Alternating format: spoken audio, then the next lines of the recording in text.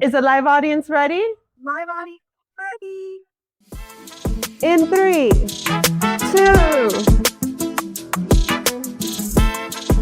Hi everyone, and welcome to the latest episode of My Awesome Friend. Today we are back at United Way and we are with the wonderful Veronica. Hi Veronica. Hi Adriana. How are you? Good, and you? Happy to be here today. Oh, I'm so excited to have you. So I've had an opportunity to work with you and to become friends with you. And I thought you would be an awesome person to be a guest today. And I know we just send you your questions in advance, but as you know, there will be some fun, challenging, quick fire questions as well. Let's go for it. So before we get started, why don't you tell us a little bit about how you ended up here at United Way? Absolutely. So I have always known I wanted to be in service and really be in the nonprofit space. After college, I had the opportunity to work with a few organizations, found myself returning to Miami and working something completely different, alternative finance, doing merchant cash advances, etc. During COVID, it was really the opportunity that I had to sort of get back to what I love. And the company that I was working with, thankfully, shut down. And so in finding what I wanted to do with my next step, I saw that United Way had an opening for what I found a perfect role for myself, given the comfort level and the skills that I had at the time. And it was doing prospect research for our major gifts team, our Tocqueville Society. What is Tocqueville Society? So tell our audience. Absolutely. So Tocqueville Society is one of our giving communities for our most philanthropic and generous donors. Annual gifts start at $10,000 a year. And it's just an amazing group of people. Obviously, we have other giving communities, one of which you are co-chairs for. Yes. So we have Small Business United, Women United, Young Leaders and Link. When I started at United Way, I really had limited exposure to all of these groups. But around a year into my time here, I had the opportunity given to me by our very own Nori del Valle to really expand. And were you going to point at Nori because she is in our live audience? I was here, but she is there rooting for her team every step of the way. Thank you. I hope you enjoyed Nori's episode, by the way, which aired just before this one. So go check it out. No pressure. And so I had the opportunity to get into a more external facing role and really work with our donors and 4 of our 5 giving communities. That's awesome. So I love United Way. I've been playing with you guys as a donor and a volunteer for almost 5 years now, I think since COVID, partly due because of Miss Nori del Valle, who we love so much. What's it like working? Everyone here is so friendly. The environment is so just, inviting and welcoming. What's it like personally for you to work in an atmosphere in a place that has that culture that lets you be you? Honestly, it's because of this environment that I think we all get to do the amazing work that we do. I can show up as my full self with my colleagues, with my donors, and really focus on what matters, which is the work that we're doing, the dollars that we're raising for our community. And so it's the cherry on top. Not only do I get to do what I love and work with amazing people, I also get to be fully myself on doing it. Okay, so here's a quick fire question. Let's go for it. And it's going to put you on the spot a little bit. So comfortable. So comfortable. What is your favorite category, if you will, to fundraise for, or bucket?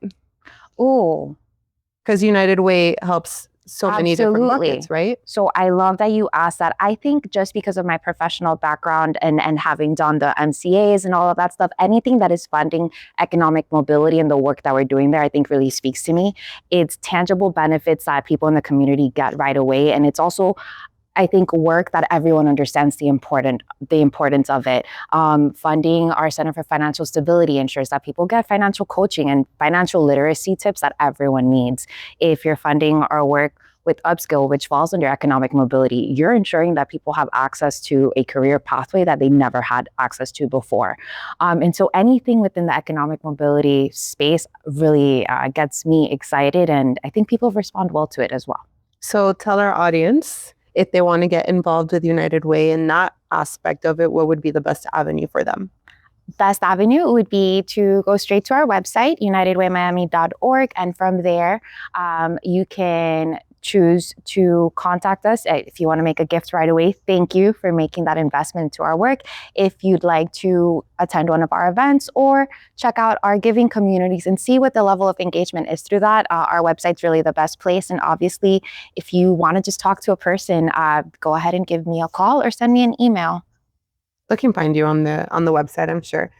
Let's dabble a little bit into some fun stuff. Okay. You've gotten into traveling. You've been traveling with friends and with your sister. And so, especially with your sister, what has it been like traveling with her in terms of your sibling relationship and bond? And I know you also travel with some close friends, so if you want to sprinkle that in. But I think there's probably a lot of siblings out there that are either looking to reconnect or build a relationship. And I think what you have with Angie is really special and worth sharing. Thank you. I appreciate that. So traveling both with my sister and my friends has really just made me realize what a privilege it is. I've always known the world is much larger than, the neighborhood where I grew up in, the city where I, was born and raised in. And to be able to do that with my sister, it's such a blessing. And then we really have the opportunity to reflect on, we're visiting places that our parents haven't, had a chance to see, and going and having experiences that our dad would have loved, I'm sure, and he never had the opportunity to do. So I love continuing to really explore more of the world, have those bonding experiences with my sisters and friends, but also really show the next generation, my niece and nephew, that they can do everything in life. They can work, they can be fulfilled, they can see the world and be part of all of the amazingness that there is to be had. That's beautiful. If someone said to you, here's 2 plane tickets anywhere in the world, where are you going? Oof. Quick fire. Okay, India. India. Okay. Why India? I love the food. I love the culture. I love the history. And yeah, I think there's a lot to see. All right. Well, let's talk about food. Okay. Because Miss Veronica over here is also a small business owner and a baker. So tell us a little bit about your baking company. Absolutely. So I started Rainbowlicious Delights in 2020. Around COVID. The company that I had been working with was, slowly shutting down, just given the nature of COVID and how business was operating at the time. I have always loved baking, being in the kitchen. It's something I saw my mom and my grandmother doing, and it was a place of comfort. And so when I found myself needing an income, especially during the holiday season, friends and family alike were just, giving me that push and confidence to start officially a business out of things. And so I took the name Rainbowlicious Delights from a catering company my mom previously had. I used her recipes in the beginning as really a way to honor her and everything she's taught me. And from there, it really grew. I started with just rum cakes. And then a few months in, I realized this was a really cool way to hone that creative muscle that I didn't realize I had. And so I started doing cookies, more complex cake decorating. And from there, continued growing until here we are. Awesome. I'm going to give you some quick fires. Okay. So just straight off the top, what is your favorite thing to bake? See, there's no such thing as a quick answer with me. I think it really depends on the mood. But let's go with what I did this weekend, bread. Oh, okay. Yeah. Bread. Interesting. What is the most challenging thing that you have baked or want to tackle? The most challenging thing, I think souffles in general, just because they're technically so precise. And I have a fun gas stove, so the precision is not there. We had some fun talking about some fun, delicious treats. Wait, before we move on, how do people get to you for your desserts? Well, you can go to rainbowliciousdelights.com or find me on Instagram, Rainbowlicious Delights. Amazing, amazing. So let's go back to some of the hard-hitting questions. Okay. Are you ready? Let's dive in. All right. We talked about you traveling as we're all growing and entering different stages of our lives. Some of us are having these growth moments, right? It's inevitable. What has been a growth moment, you think, from one of your recent trips? And it could be personal, professional, whatever, like if you're open to sharing. Open book here. I love this question, and I think Sedona, which is the trip we just took, is really. It gave me a great answer for that. I had never been out in nature in the West, and seeing just how vast everything is, how immense it is, it made me realize how tiny we are as humans, and yet we have such impact. We have the immense impact to do a lot of not great things, but more importantly, a lot of great things. And so I came back from that trip really re-energized that there's so much to see and do in this world, and we have that like immense potential within us. So yeah, I came back energized and ready to do some good. That's a great viewpoint to pass along and share. What do you think has been your biggest obstacle to date? How are you overcoming it? And how do you hold yourself accountable? It's a loaded question. It for sure is. So everyone holds me accountable now, please. I think I have two biggest obstacles. First one, really that imposter syndrome, getting out of my own way. With that, I think it's something that I've done a lot of good work in. I need to continue. We're doing it right now, by the way. I know. I was going to say this feels like that. Who am I to have a podcast and interview my awesome friends, right? And we're just kind of doing it. And I know you were also a little bit, nervous about this interview, but it's a great conversation between friends. So absolutely, we're doing it. And so thank you. We just overcame our imposter syndrome. High five. I love it. The next one I think would be, and it's maybe sort of tied to the imposter, just really sounding and being a much more confident, eloquent, and poised in public settings. Great one-on-one. So what would you tell little Veronica now? I would tell little Veronica to fully love herself and all parts of myself. As I've gotten more into my 30s, I'm realizing that what people respond best to with me is when I'm being my silliest, my most authentic, saying, what's on my mind, just being me. And I wish I could tell a younger me to keep up with that, to not hide or minimize that, since it apparently is what people respond to and enjoy, and I should love that. So. Okay, I like that. What do you think has been the bravest thing that you've done to date? Again, personally, professionally. This podcast. No. I am really big on, I like being scared, and I don't want to have an answer for that at any point in life, because it means that I've stopped doing scary things. And so today that answer is this podcast. Last week or 2 weeks ago, I would have said hiking on the Grand Canyon and not falling over. I am clumsy. I fall a lot.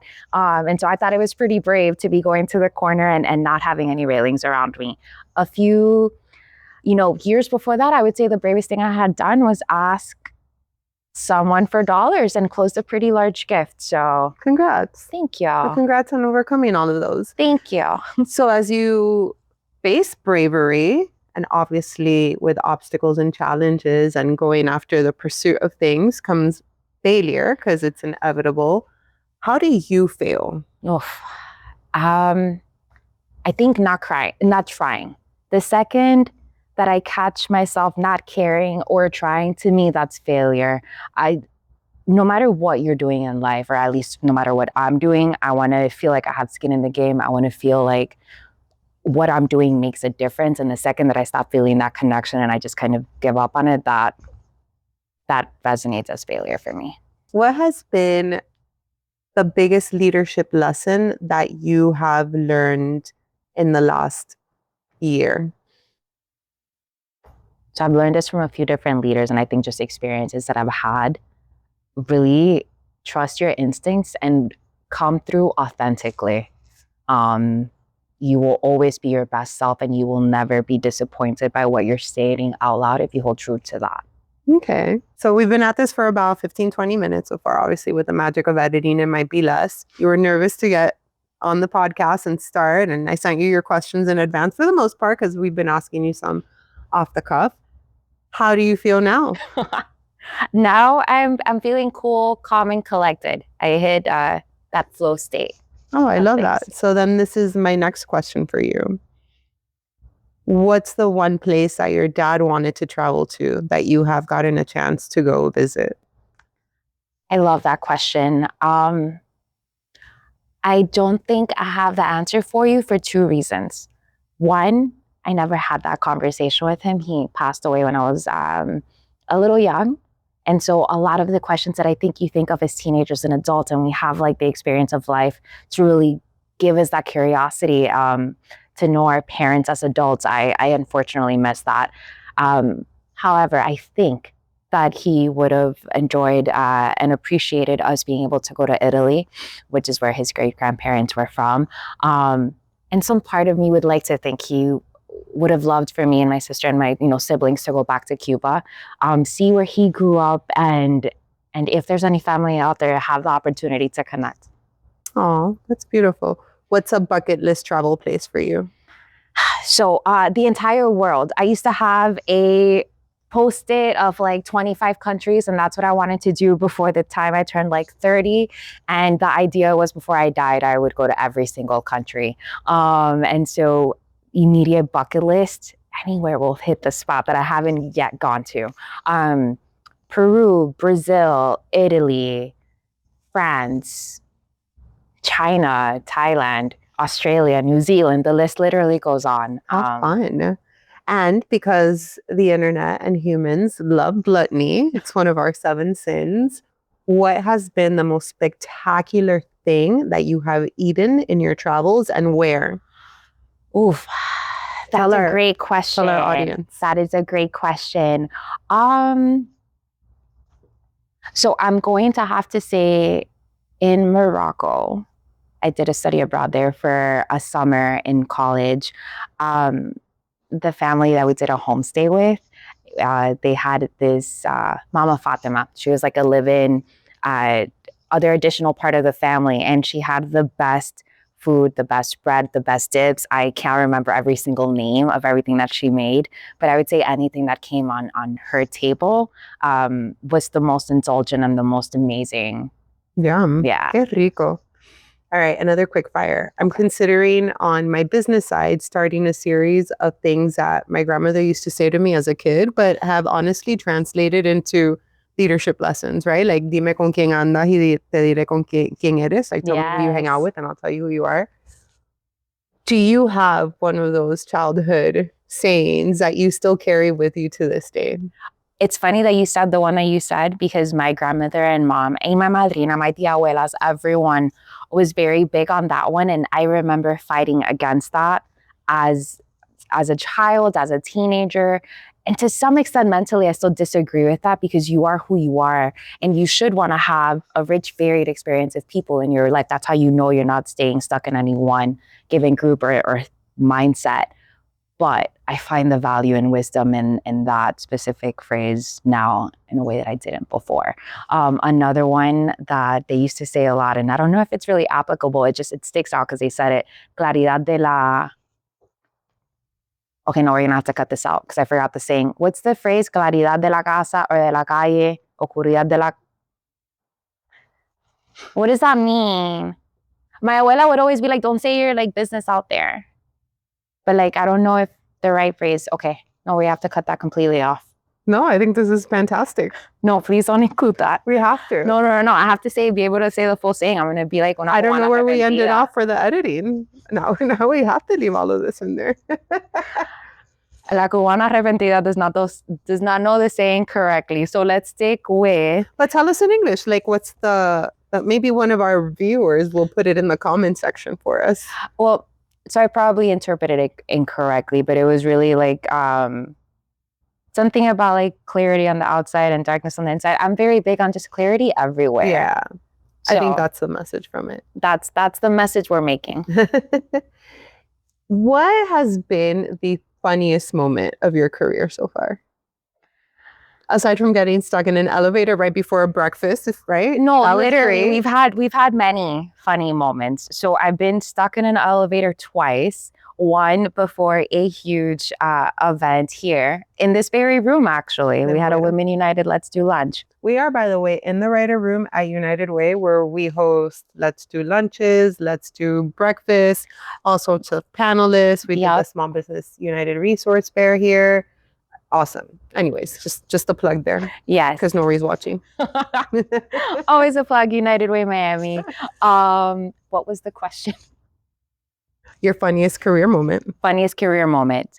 Let's stick with, getting stuck in an elevator right before an event. That's always fun. It's a good thing you Yeah. guys only have, 3 floors here? Oh, 5, 6. 5? Oh my God. Yeah. Is there anything else that you would like to share with our audience? Not that I can think of. Honestly, just thank you for including me. It was so exciting to see the caliber of people you've hosted this and to know that I am amongst that group. I am humbled and I am just so grateful that I can consider you a friend as well as fellow donor, et cetera, et cetera. Well, likewise. So thank you so much, Veronica, for joining us today on the My Awesome Friend. You're officially an awesome friend. Not that we didn't think you weren't before, obviously, but It's official now. it's 100% official. It's been such a pleasure. We'll put all the links and the handles and everything in the bio and the chat and the captions. And to our viewers, thank you. We're so excited to be back. We hope you are enjoying these on the road editions of our podcast, and we'll see you on the next episode. Bye.